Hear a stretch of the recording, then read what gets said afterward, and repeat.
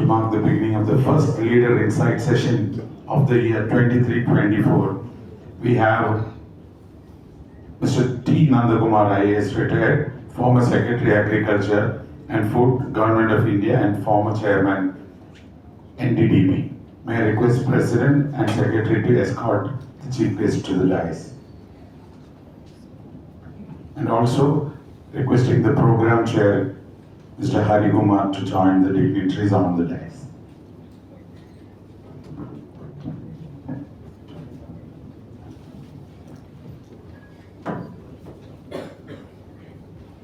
To go ahead with the proceedings, I now hand over to the President, Mr. A.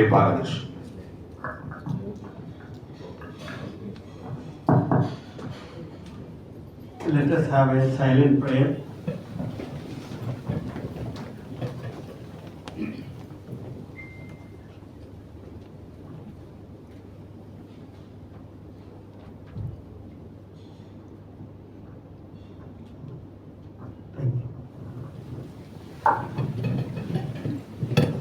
Let me invite our program chair and vice president of KMA, Mr. Hari Kumar, for welcome speech.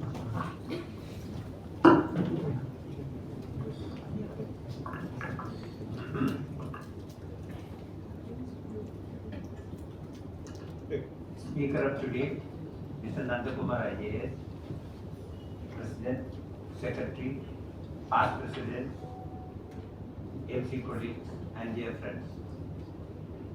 Let me welcome you all for the first program of the KMA Leader Insight Lecture Series. When the new committee took over, we had a lot of deliberations on how we should go about and how we should kickstart the Leader Lecture Series. A lot of ideas came, and finally we concluded on this particular topic, basically because all of us are intimately connected with business in some way or the other. Some of us who are senior has already done their business. Some of us are already doing the business, and the students we see here are all aspiring to do business in one way or the other. So naturally, business became the topic. We thought that business should be the first topic that we should have our deliberations on, and automatically the subject came to Kerala on how to do business. And we all have our opinion on how business is to be done in Kerala and what is the ease of doing business in Kerala. And as you all know, we are a very highly opinionated society. We know what exactly is good for us, or we seem to be thinking that we know what is good for us. And we have opinion, right or wrong, on each and everything. And Kerala recently, in 2022, Kerala improved its ease of doing business ranking from 22 to 15. We actually went up by 7 notches.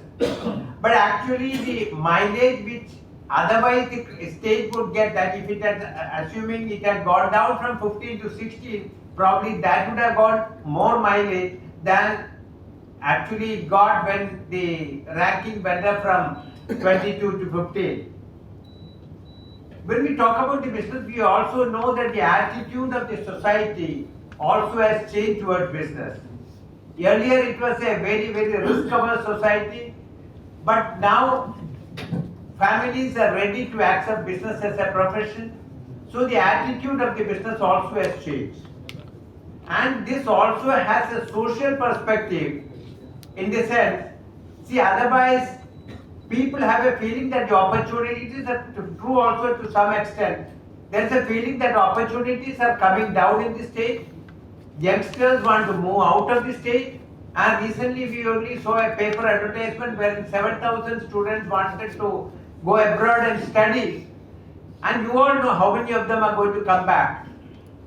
So there is a necessity, there is a social necessity for the state as well as the families to hold back their children, and that could be one reason which is prompting all the political parties, irrespective of their affiliations, how to promote business so that there is some dream they can offer to the youngsters so that they can hold them back and the state can also incidentally progress.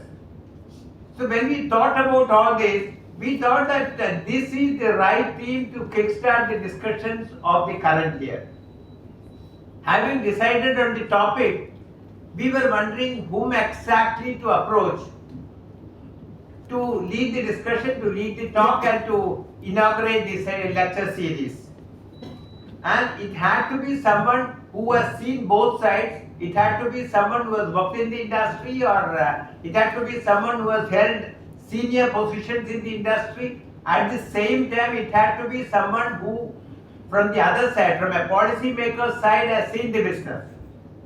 So it had to be somebody who has done all this, and it had to be somebody who has worked outside Kerala, so that they'll be able to understand the best practices whichever is happening outside, and it had to be someone who can do a gap study, so that at least whatever is happening in Kerala, or what Kerala wants to be aspire to become, or what Kerala has to become in the future, so somebody has to do a gap study. That is how we zeroed down on Mr. Nanda Kumar I.A.S.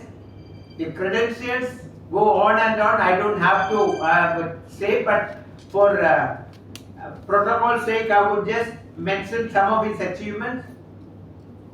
Mr. Nanda Kumar I.A.S. he has worked across states like Bihar, Jharkhand, Kerala, Gujarat and Delhi. He was the Secretary Food and Public Administration, Agriculture and Corporation.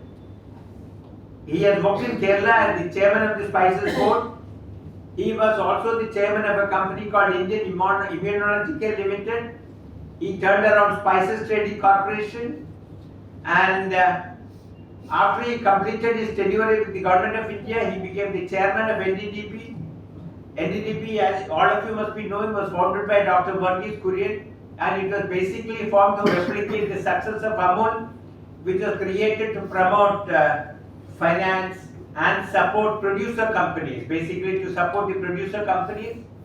He also set up organizations like Central Ringside Warehousing Corporation, Warehousing Development Regulatory Authority, and is currently the advisor to International Food Policy Research Institute, Washington, and World Resource Institute, Washington, which is basically working on 6 critical goals to secure a sustainable future. He has also contributed to the policy formulation on industrial development and worked as a member of Governance, Reform and Economic Development Committee, Chief Minister Punjab. And now he is coming after a tour to states like Odisha, Bihar, Maharashtra and all that. So he is very active.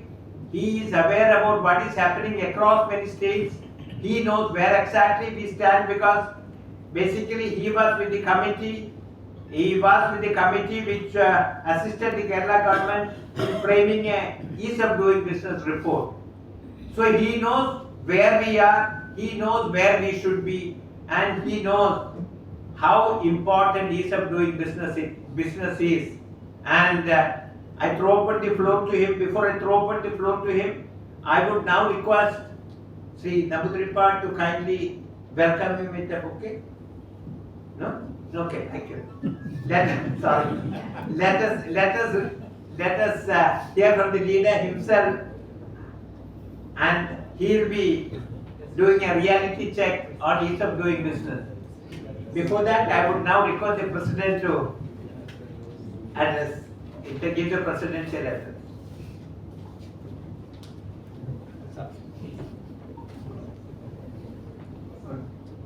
Our program chair is hyperactive today.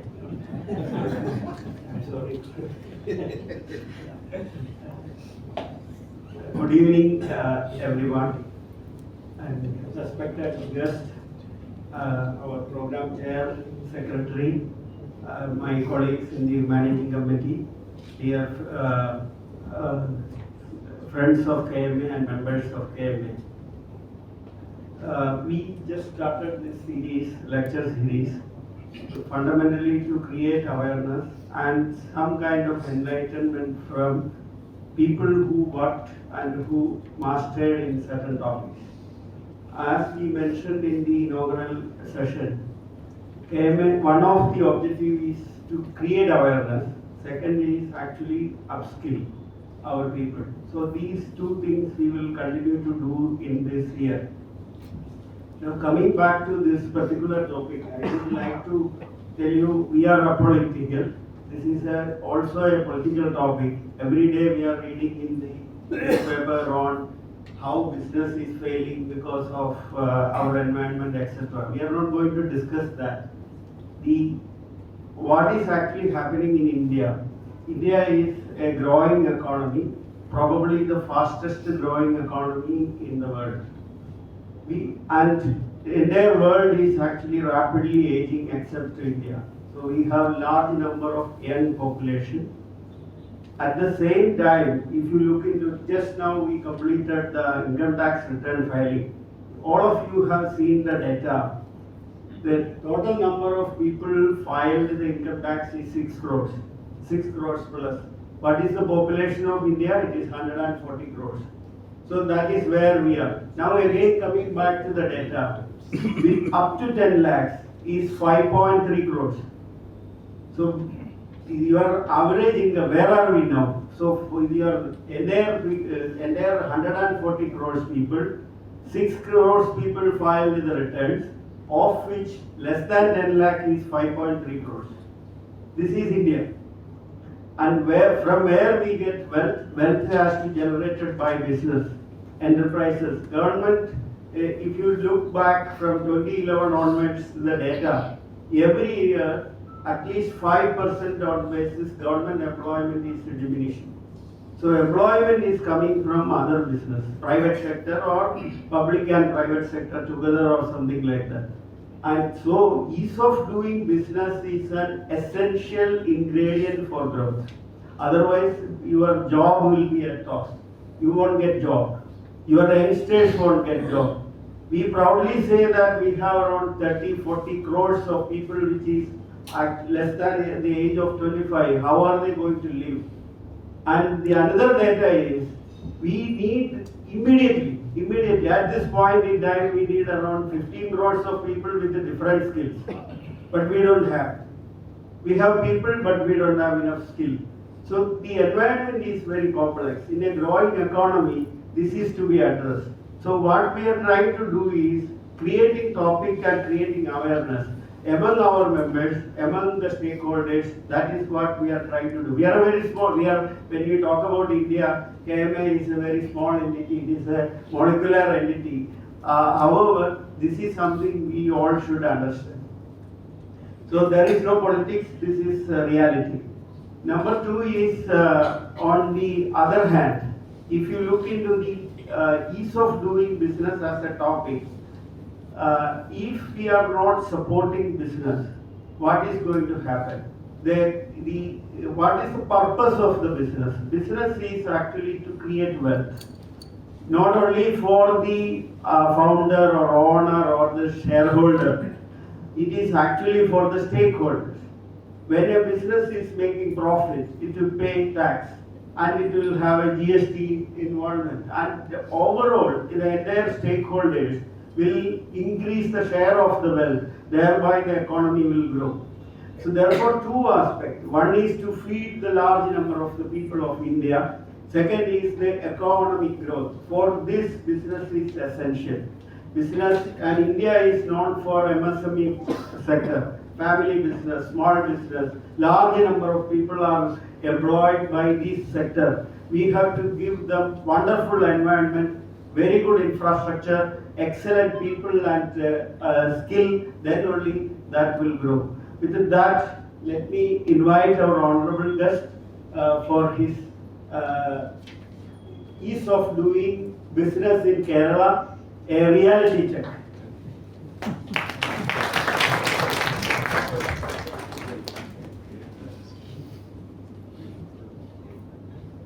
Thank you, Mr. Balakrishnan. Thank you, Mr. Hari Kumar, Mr. Dilip Narayanan, distinguished members of the audience, the young students I can see in front of me. This was a very difficult topic that Hari Kumar gave me. And then he said you have to finish this in 30 minutes. So I'm not going to, following the president's lead, I'm not going to get into what is known. You talk about investment in Kerala, you talk about business in Kerala. What comes to your mind? Hartals, Nokukuli, militant labor unions. I'm not going to get into any of those.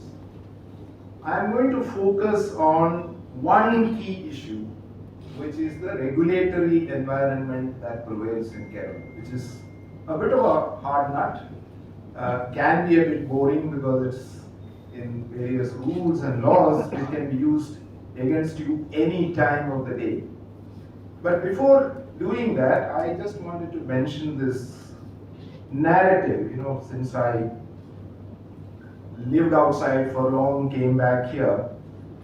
I think the economic growth of Kerala is not a strong narrative here. I don't know why. It doesn't reflect in most of the things that we do. And I'll tell you one example, just one. Don't take me otherwise. One of the, I live in Kollam. So one of the most prominent citizens of Kollam, Mr. Nanda I.A.S, passed away last month. The newspapers carried long stories of all the films he made, all the donations he made, all the institutions he made, the Kala Samskarika Kerala. But nobody mentioned that he was the largest cashew exporter for a decade or so, having factories in Kerala, Tamil Nadu, Andhra, Karnataka. Now, if he didn't have that wealth, where would you think he would have made those films? Now, that line is missing. And this is what I think we need to change. This narrative, unless it changes, we are not going to go anywhere. And that's my one concern. Now, let me just quickly run through 2-3 points before I get into the regulatory environment. The first is that if you want to set up an industry in Kerala, there are two natural constraints that you will face. One is land, which is very scarce. You cannot think of a 100-acre plot for a factory, so you are nowhere near these large land-based kind of investments. The other is your fragile economy. You cannot go anywhere and everywhere and build any infrastructure because you have issues. So where does it take you? It takes you to a future where the requirement of land is low, the technology intensity and the knowledge intensity of the industry that you want to set up is very high. And for that, you have an education system which is backing you up. Now, I'm asking this to the youngsters. I think you should ask this question. If the work of tomorrow is knowledge intensive, if the work of tomorrow is skill intensive, is our education system going to go? I just leave that question there. The other thing, which of course all of you know, every day in the newspaper you see one item today, Kerala government running short of money. They have no money to pay salary, they have no money to pay pension. I had written, I think 2 articles on how Kerala is going up the path of financial disaster. It's not going to improve, let me tell you this. It's not going to improve for 2 reasons. One, the Finance Commission's share to Kerala has been continuously decreasing from one to the other because you are developed and you have less population. Now these are 2 indices on which Finance Commission gives you money. One is the development number, the other is the population. So that source is going to remain low. The second, if you don't have industry, if you don't create wealth, where are you going to take taxes from? One way is, of course, all of us drink more whiskey, then the Kerala government might be slightly richer. That could be one, but that's not an option. So, for an industry, you should be prepared to accept the fact that you will not get too much subsidies unlike other states.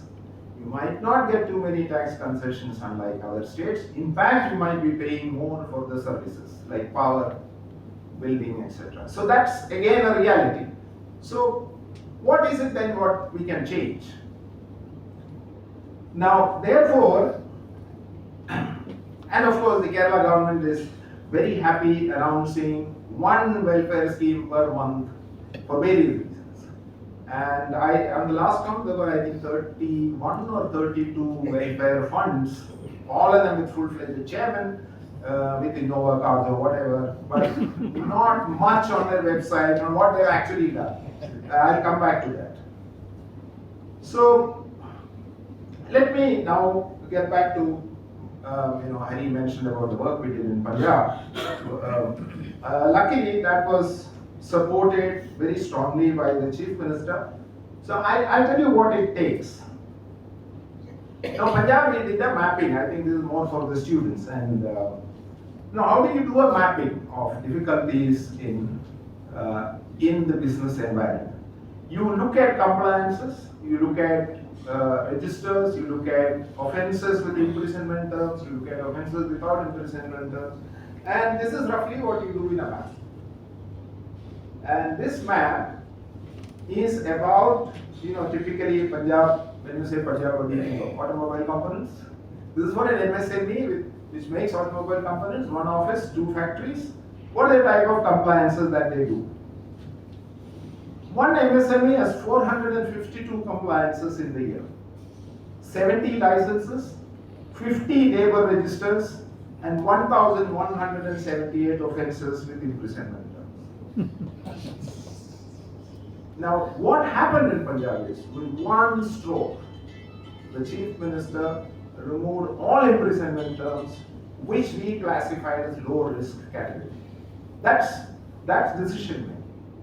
So anyway, I won't get in there what we did, but the Punjab report was of course done by a large number of people. I just happened to be part of it. It was led by Montek Singh Ahluwalia and supported by Mr. Banga, who is currently President of the World Bank, Ravi Venkateshan, who headed Microsoft. These were the people who were associated with it, and of course, the Punjab Chamber of Commerce and Industry, who are on a regular interacting basis.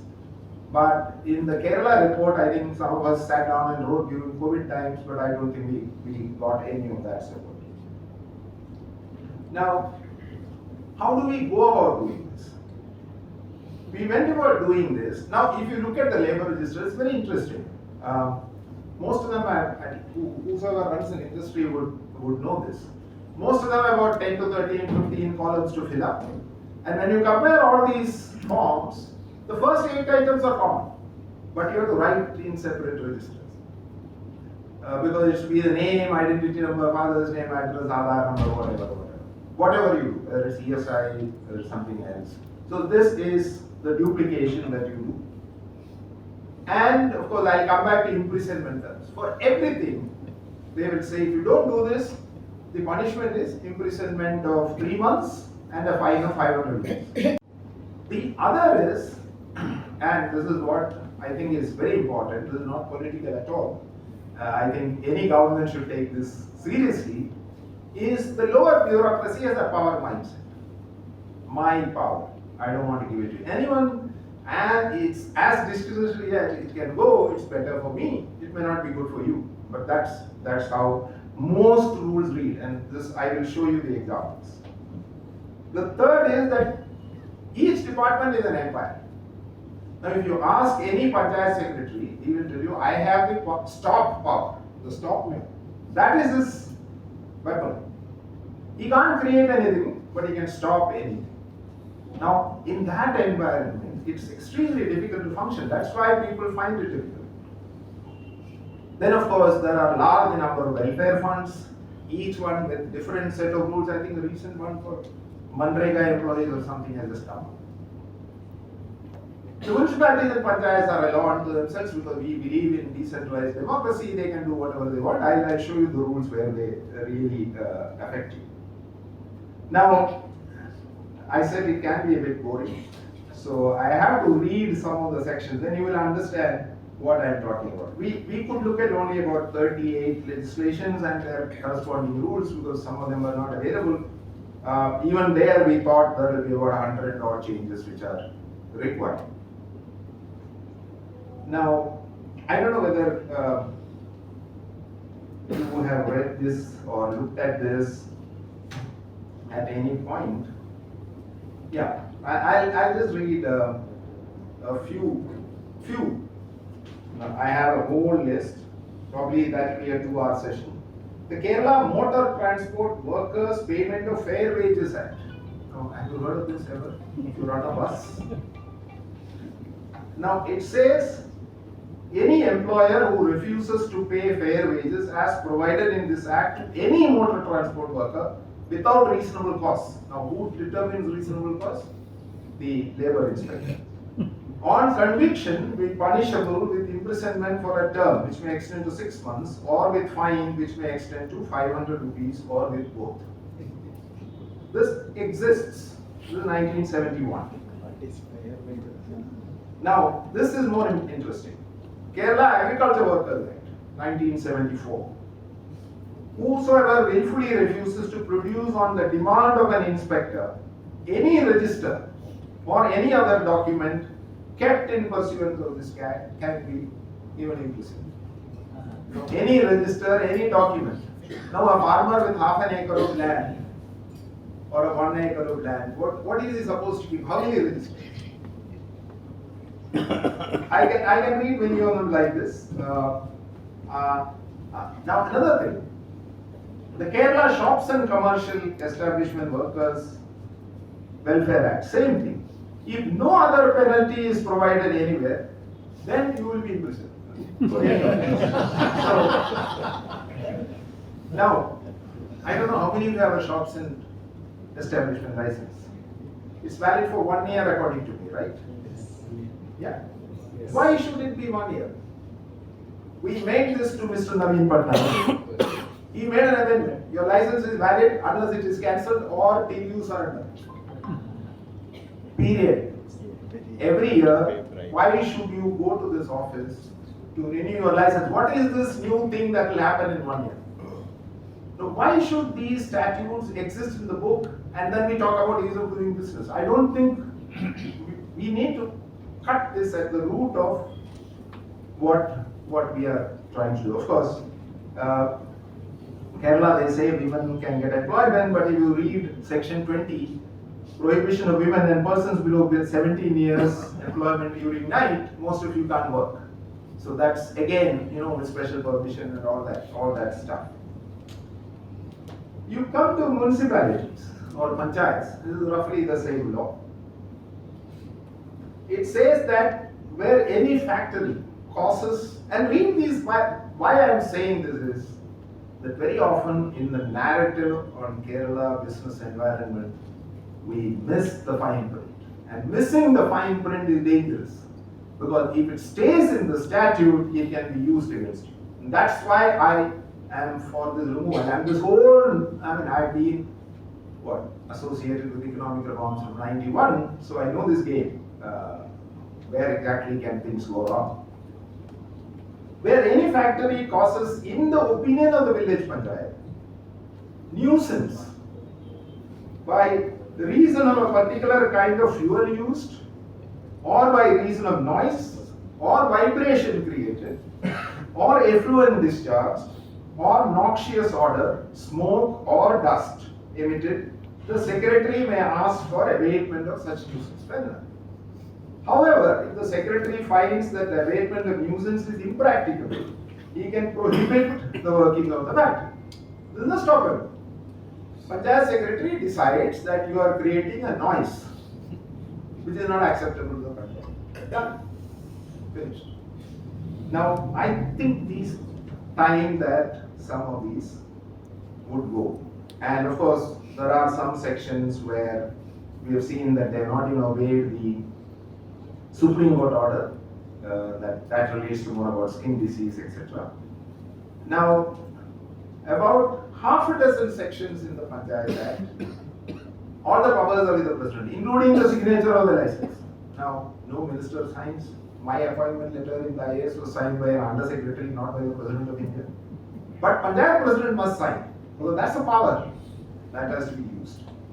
Now, this is something that I think we should professionally engage in. Very how many more minutes? Yeah.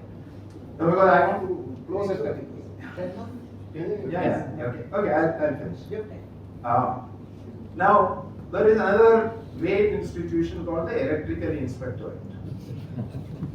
We asked them, what do you do? They said, no, we advise people on how to do the electrification most efficiently.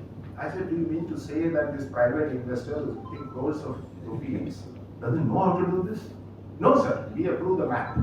I said, why do you approve the map? Because KSEB gives the connection. If there is any fault in the system, any breakdown, any danger, they will find it.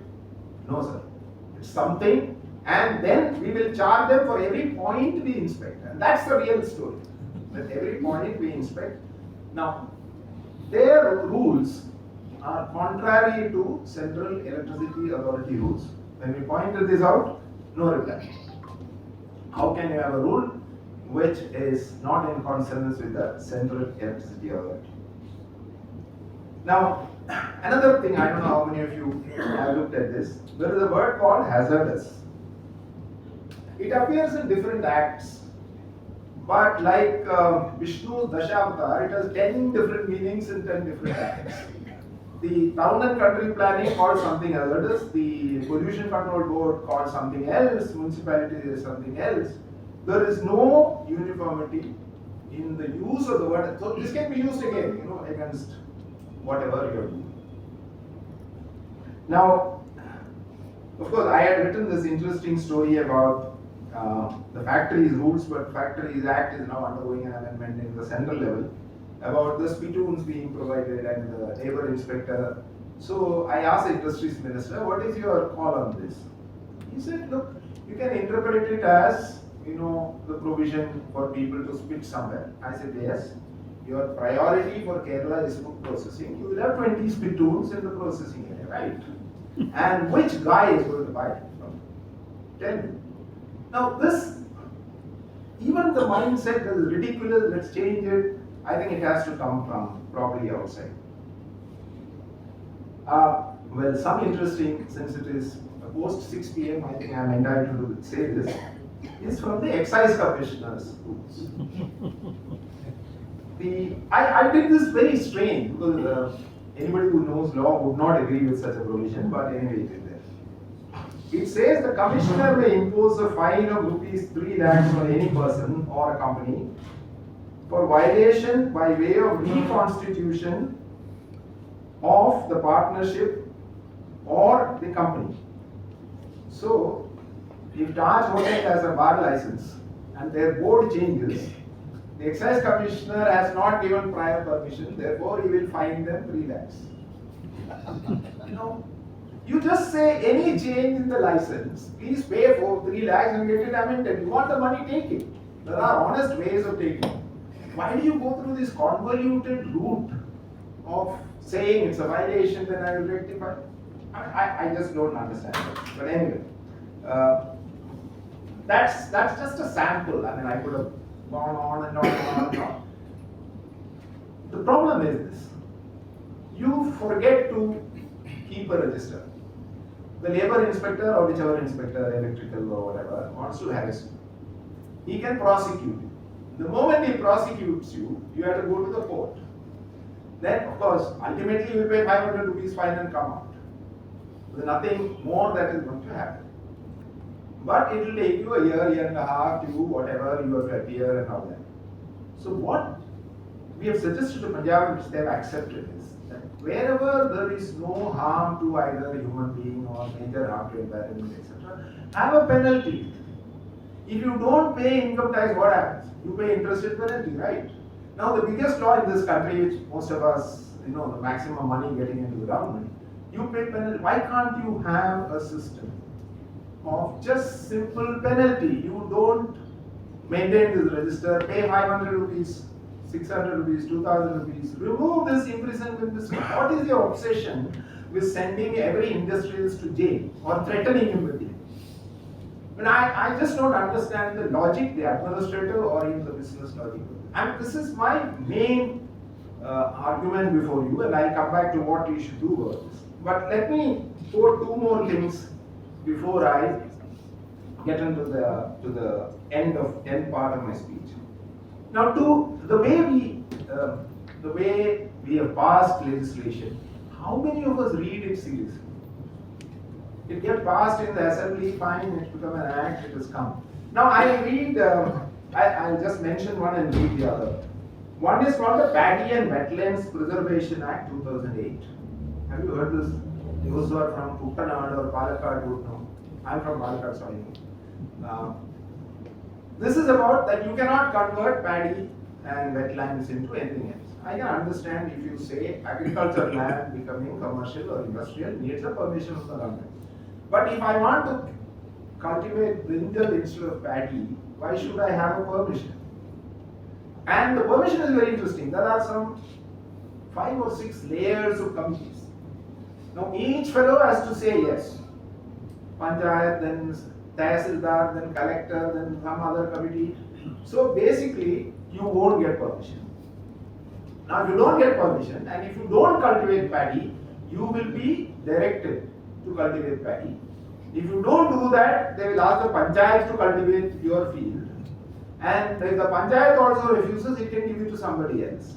Now I'll tell you the background of this. The background of this is 2008 food shortage in this country. Kerala typically had food shortages. There were global food shortages, so all of us were struggling to find enough food for the people. We were importing, managing stocks, various things were happening. So Kerala said, our main problem is conversion of paddy land into other uses. That's why we are foodless. Brilliant. It's no agricultural scientist, no agricultural economist, anybody who has anything to do with agriculture ever subscribed to that theory.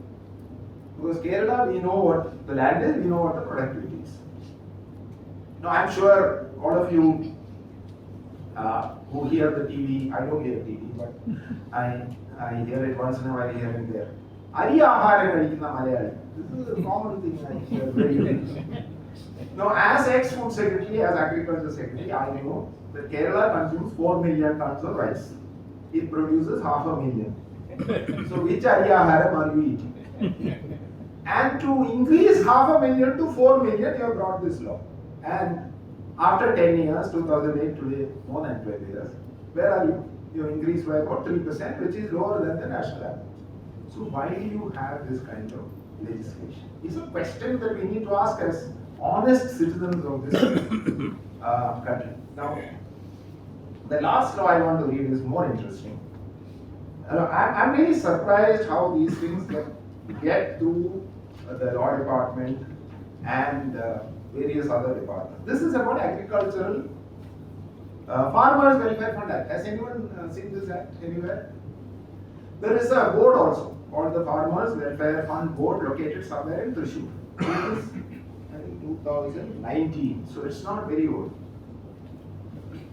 It says, and that it's very interesting, that if you process agricultural produce in Kerala, you must share a percentage of your profit with this body. 1%. It's 1% of your profit should be shared with this body. But if you have only about 1 lakh profit, you don't have. So if you are, say, making banana chips and making a profit of 2 lakhs, you have to share 1% of the profit. Now the problem is, where do you find the word profit? Either in company law or in income tax law. I have not seen it elsewhere. Legally defined, of course. You can call anybody profiteer, but that's a different thing. So some assistant director will assess the profit that you have made in Kerala producing anything out of agriculture produce, and you have to submit all your returns to him. So he will be the super income tax officer sitting exclusively for Kerala, and he has the power to summon you, etc., etc. And here they have interchanged the word trader with the industry, with processor, everybody is the same. So I don't know if you sell, you process, what is the exact thing. Now, what is the idea behind this? Not a single rupee is going to come. It is going to litigation. Because if I have a factory doing banana chips in Palakkad and Pollachi, what do you do? Pollachi I have not to pay for you. So, Why do we make and then there is a board and there are assistant commissioner or whatever, assistant chief executive officer. Now, if your priority is value-added agriculture, is this an act which you should have on your books at all? Now, coming to that, now the answer to that comes in a different form. There is a World Bank project called Value-Added Agriculture in Kerala. So what is the first thing they have done? They have created a government corporation to do value-added agriculture. I think recently there was some dispute between the finance minister, the industries minister and the agriculture minister, and I believe agriculture minister had his say. So there is a clear win situation for a PSU in the agriculture department. So the agriculture department can rightly say that look, we have a PSU for ourselves. But Kerala has been exporting value-added agriculture. When did the first oleoresin factory come here? When did the first cashew factory come here? When did the first marine process come here? Do we need a government corporation, it's called CAPCO or something, to do value-added agriculture exports? This is our problem. The problem is, we think that industrial growth in Kerala will come through only PSUs. I have nothing against PSUs. If you perform well, and if you audit your accounts in time, 50% of Kerala PSUs still don't have audited accounts of the last year. So if you audit your accounts in time, and if you are open to inspection by others, please do it. But like broad spectrum antibiotic, we want to do something, let's create a disease. That's probably not taking you anywhere. So I'm now coming back to a very simple kind of a task for you guys. One of the problems is ourselves. We don't engage with the government effectively in matters of concern to us. And I think we need to do that. We don't have to be political. We don't have to be trade unionists. I think we can engage with the government like CII does in Delhi, like other organizations do. Keep them the knowledge, the problems, the design, the amendments that are required in a very serious management kind of a module, and continuously engage with them and take this narrative outside the government as well. People need to understand. And Kerala, I was just looking at the flow of overseas money, which has gone down significantly in the last 4 or 5 years. So the youth of Kerala needs jobs in Kerala and outside Kerala. In Kerala, if you want jobs, you need investment. You need people to come and set up whatever. There's artificial intelligence, robotics, biotechnology, I don't know, whatever. They have to come here. And you have to have an environment where that investment is possible. So, I mean, in Punjab we use this. The first word that I tell you is survive. You have, as industrialists, you have to survive in Kerala. That's the important part. And it's only when you survive that others will feel, okay, there is an investment possibility. All these big investment dollars, I've done many of them, wasted government money, so I have regrets on it, but then we do it all the time, hoping something will happen. The real word goes from industrialists who work in Kerala. Whosoever wants to invest, they will have a friend somewhere who will call and say, should I come and put my money in or should I not? So the people who run businesses here are the best ambassadors for the state, no one else. So I think you need to survive. Second, which we use over this in a Punjab context, therefore slightly different, revive. How do you revive your own industry to meet the next 10 years? Because obviously you are not going to stay static. You probably need to have higher technologies, which means access to credit and various other things. And of course, thrive. And that is one part of the story. The second that we said was, since I have been agriculture secretary, so I converted into seed, soil and climate. That's the best natural growth model that you can get. The seed is you need for very good quality education and skill development. You need a spirit of entrepreneurship and an ambition. Ambition there are, I mean there's no problem with ambition. In Kerala, I think they just hesitate when they see the environment. The second is soil, which is in industrial context would be infrastructure, connectivity, access to markets, and access to credit or finance. The third is where the problem is. What is the local culture that affects your decision to invest, that affects your business? And what are the key enablers that would help you do that? A lot of youngsters come, they need that kind of an enabling environment where it's not frowned upon. Making wealth, creating employment, running a business is not frowned upon. You are actually an asset to society, not an enemy of society. I think this narrative has to come from either Cochin Chamber or KMA or any of the other people or even people like us, because I do write very strongly whenever I get a chance. But it has to come and become the narrative for the youngsters of Kerala. If we don't do this, the usual narrative that we see will take over, and they are more interesting. There are spicy stories coming out of many places. That's what we listen to. That's not serious business. I think we have to get back to building a future for Kerala based on its economic growth without ecological damage, and it has to come through a culture of entrepreneurship and a culture of deregulation. So what we have suggested is just 4 keywords: simplify, decriminalize, deduplicate, and digitize. That from there we can expand to any of these that I said. So thank you very much. I think I did stop probably 5 minutes over. Thank you.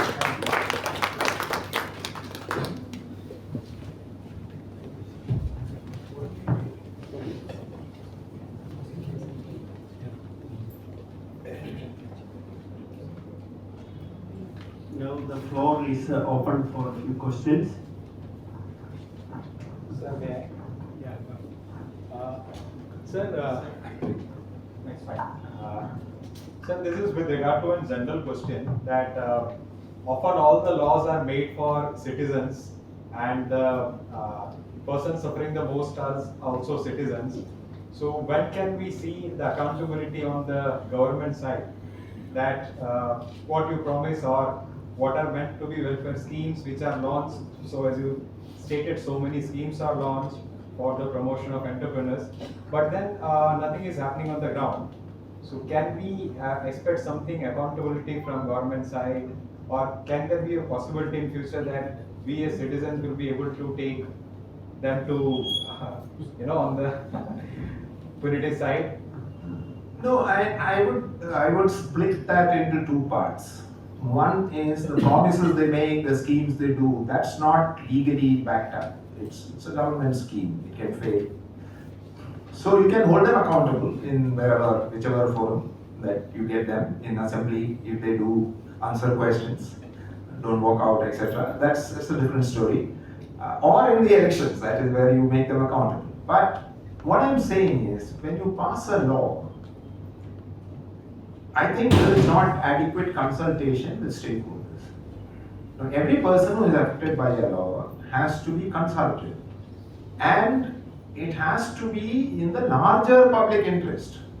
It's what happens is that nobody reads it, it passes through, after 4 years, 5 years, somebody raises questions, too late. So I think we have to be very vigilant about what kind of laws are being pushed. And I did mention most of them post 2007. The old ones are much worse. I didn't go there because somebody will say, oh, they were made by the British. I'm not there. I'm really saying that very often we make laws maybe with good intentions, but they become instruments of harassment in the hands of the inspector. So do not permit an Inspector Raj. That is, and resist it as much as you can, and it can be done. I told you the Orissa example. Mr. Naveen Patnaik took 1 minute to say shops and establishment, what are you doing every year? Why should you renew his license? You cancel it when if he does something wrong, otherwise it's for lifetime. Maharashtra was a bit cautious, they said 10 years. Now, why can't we have that? Now, these are questions we don't ask. You know, we talk about militant labor, we talk about other things, we talk about hartal. These are small pinpricks. Let's remove the small pins first. Then let's look at the big ones. And I think this is a professional job. This cannot be done by the run-of-the-mill kind of people who talk about various things. I think this is a professional job. Each one of us will have to work on it, and it's not easy. And let me tell you, it's very boring. Try reading these 400 sections of the Panchayat Act. Takes you 10 days, and your head starts spinning. Well, you don't understand why these things are there. So this requires a professional. So I would think that if you can put together a group of youngsters who can take one law and say, where does the shoe pinch? Let's do one. In fact, we also did a process engineering. That's another part that we did in Punjab. We went to one department and looked at 4 different applications. How much time does it take at each desk from the clerk? The lower clerk to the higher clerk to the still higher clerk, and what type of delays. That also we did a process re-engineering, and we said jump all these levels. You have to do it in 15 days, otherwise no. In fact, Kerala, a very interesting thing, there was some fire, some permission. So I asked this guy, why should the district fire officer send it to a deputy director and then come to the headquarters for approval? What does the deputy director do? That was my question. He said, sir, if he doesn't do it, what else will he do? This is the problem. You create a post, you have to find work, the work is of obstructing or delaying or whatever. Now, this is where I think professional bodies, because this cannot be done by people who have low stakes or not enough knowledge. And that's why I said I may be a bit harsh on you, but I have to speak the truth. So that's what I'm saying. I think we should put together a set of young management students. I do this all the time with IAMK. I tell them, you guys are useless unless you do these things. So we have to take one, just one. Let's start. There are 38 or 48 of them, but let's start with one which hurts most. And why can't we decriminalize? Why can't we digitize? You say digital Kerala, then all returns should be digital. Why should we ask for a hard copy then? Why do you say register? This is where I think if we spend about a year on this, we would have made some progress. And I'm very sure we can make that progress. Because whichever is the government in power, it doesn't matter. They will need to get investment, they will need to find employment, they will need to upgrade your skills. Otherwise, they won't be there. Believe me, politics, you might hear all kinds of slogans, but ultimately when the people vote, they look at what have I got from the government? What is my future? That's what should determine your voting pattern. Doesn't matter. So I think we can do that. Probably, I'm an optimist. I know things can change. It just needs, like Newton's third law, adequate pressure.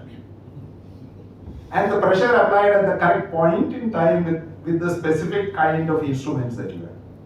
Yeah. Yes, sir. You are referring to a related to the agricultural land. Yeah. Which is very, very relevant. In the sense, we have acres of land where it's not cultivated. It will not be cultivated because it is not viable for people. At the same time, there is no laborers here. People from Assam and Bengal comes and do the cultivation.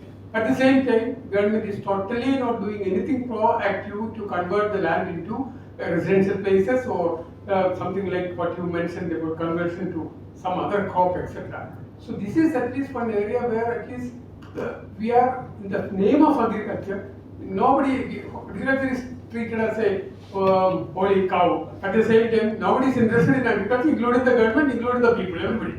And the production is also very little. Even if you try hard, even 1/10 of an increase will be possible on this kind of a front in Kerala. In Kerala, situations of cost of living and cost of cultivation and wages, etc. So why don't the government at least all the parties together take some initiative for at least that part of it? Everybody be willing to do that in the name of environment or whatever they call it. nothing is happening and thousands of acres of land is there, barren, vacant, and nothing could be done there. So is there any Can't add value to paddy. What can you do? So you get into high value. If you want to get to high value agriculture, you say, okay, if a paddy land is getting converted into high value agriculture, we are not going to do it. One land. And from there you take the agriculture processing forward. Like for instance, if you are doing something like high value chilies, high value turmeric, or dragon fruit, or any of those things that you want to do, how do you do that? This is one. Because if it's a processable thing, then you need an industrial backup. You can't sell too much fresh and frozen because you don't have the logistics, or you sell fresh and frozen, that's another way. But if you're talking about value added agriculture, and again I have a problem when they talk about value added, they're actually saying cost, not value. So it's a problem. Value is when you actually realize the value for the farmer or the people in the process. So how do you get that extra value? This is something I think the farmers have to ask. If they say no, we are being harassed and we would like to cultivate high value crops, please permit us. Commercial, industrial, okay, and some restrictions will always happen everywhere because some permissions will be required, some rent will change. That's a universal phenomenon. Don't make it complicated, make it easy. Say yes or no in a few days' time, whichever way you want to do it. That's what I would think. But these have to come from here. It can't happen from some of us talking in a closed room like this. We'll have this conversation and we'll forget about it, and we'll have the next seminar on some other topic. So, Interestingly, excuse me. yes, please. Over there. Hi. We just got to know that our ease of doing business ranking has been improved from 22 to 15 pan-India. So we have been associated with a business establishment which is 35-year-old. Although we could not see any ground level changes that really has impacted our ease of doing business. We are doing the same way as it was maybe 5 years back. Probably a little convenience has been added with GST getting streamlined. Although other than that, I could not see major changes. Is it like the actual changes have happened, or is it just the reporting jugglery that? No, it's both. It's both. This index has, like all indices, any economic index, any business index you take, has its plus points and minus points. This is more universal in nature. It's all India. Therefore, from a large company perspective, it looks very good. From a small company perspective, it doesn't look that good. I mean, that's a flaw in the design. Now, therefore, you can move up and down. I always say this. This is what we told Punjab. You can go up the index, down the index. But if you're getting 100,000 MSMEs in Punjab to flourish, doesn't matter where you stay in the index. Look at their problems, solve them. And therefore, I always believe that conversations are important with stakeholders. The government that does honest conversation with its stakeholders can improve it. If you don't, and if you pretend you know everything, then sorry, thank you. That's it. Can I take that question? I'm just adding to what my colleague was mentioning about this wetland you did mention. There's I don't know, a very interesting thing also is there. That, so for example, this Panambali Nagar, which I think right from my childhood days, as all of our childhood days itself is a residential area, developed and given by GCP. But now, interesting is this is wetland. And none of us who are staying here knows about it. Now, we happily stay here, and suppose I have 5 cents of land and I have a house, I want to today demolish it, I can go ahead happily demolish and then reconstruct. I'm planning to have a new construction. Corporation, everybody will keep quiet till you demolish. And when you go with the new license, they will say this is wetland, you can't. So no construction. That is cultivated. What can I do with this 5 cents land paddy there? Because it's a residential area. And now, for conversion, you will have to pay 20% of the land value as conversion charges to some other terminology they use. Yeah. Land use. freedom or something, and then construct. A funny rule, and now government has come out with something, and there again, half a dozen objections. Still, this process is going on, and not only in Panamali, they are very interestingly. The government themselves know it's years it is. This is another point. I thought, not only that, you cultivation of rice, you can't do anything else. Even if you have a house there, it's a residential area, if you demolish it is paddy and wetlands. So wetlands are slightly different. I didn't go there because I didn't want to extend it. And you can renovate the house. That is a beauty. There, they will not do it. No, that takes care of my short point that most of us read the law when it hits us. And then we start finding remedies. I think as a civilized, enlightened society, we should start reading these fine prints. Otherwise, when you have trouble, this is what you get. Sorry, sir. Sir, you've given us a very practical aspect, very well done. But taking a cue from your own suggestion, do you think, can I have a mic?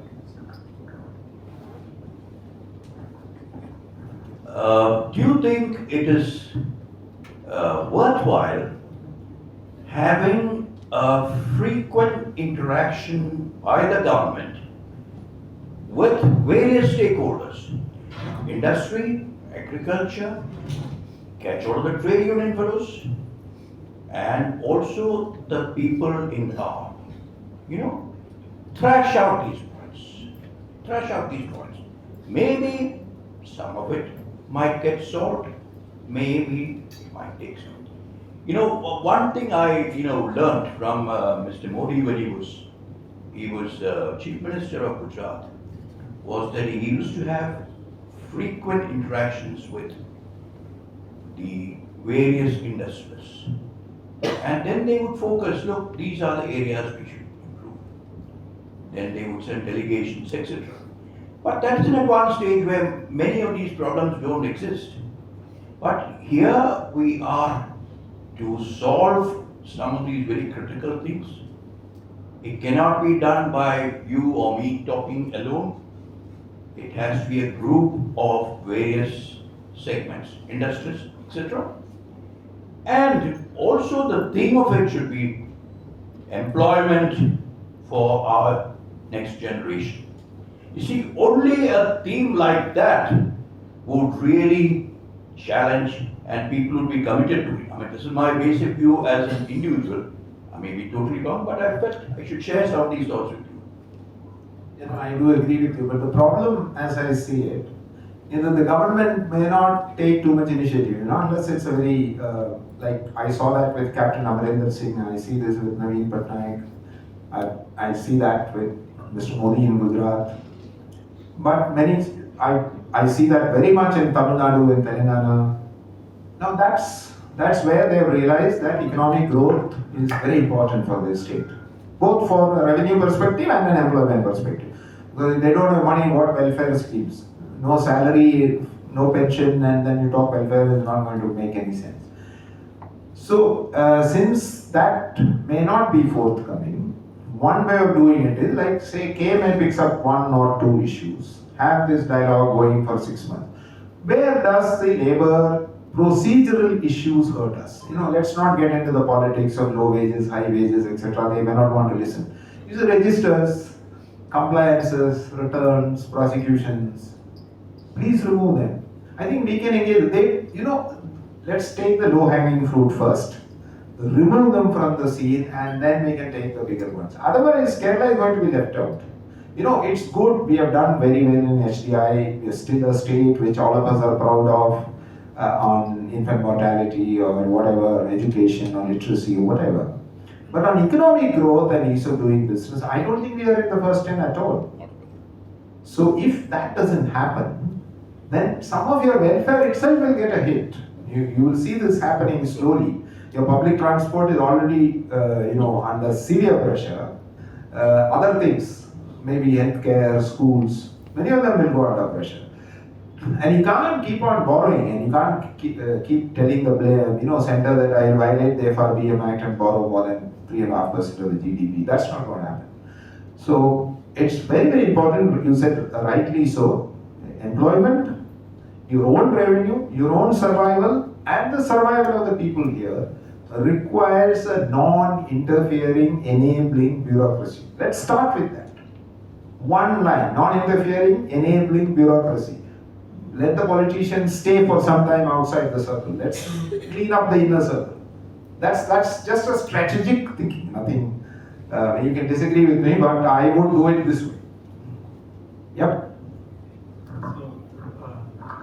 So my only comment is, from my previous talk, I would say include associations like the Chamber of Commerce, management associations, etc. into that. You get a wider forum, discuss all aspects of it with the wide body. See, today, for example, Kerala tourism is doing well because they have this Kerala tourism model once in 2 years. Bring in the buyers, bring in the hoteliers, bring in the travel people, everything together, discuss various issues, and plans are formed. You have initiated very, very good things, but do consider these aspects. Precisely the point. So then I request the Honorary Secretary to put that up.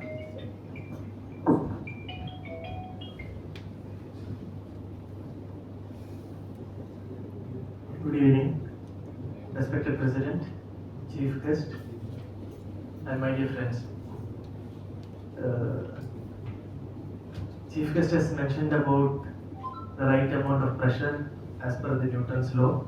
President has taken that very seriously, and under the forum of CEO Forum, we will be organizing programs or discussions and dialogues with Government of Kerala, calling all the industrialists and CEOs and the government together.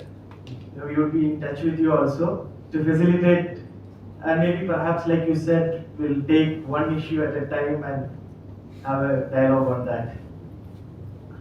At the outset, on behalf of the managing committee and all assembled here, let me formally express our deepest sense of gratitude to Mr. Nanda Kumar I.A.S.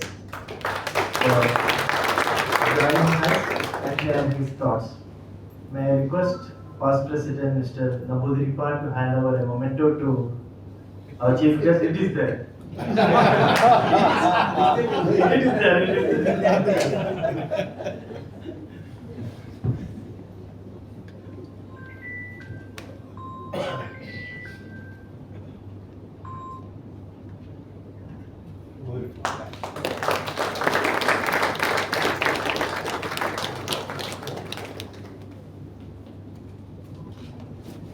I thank each one of you for coming here and joining us today.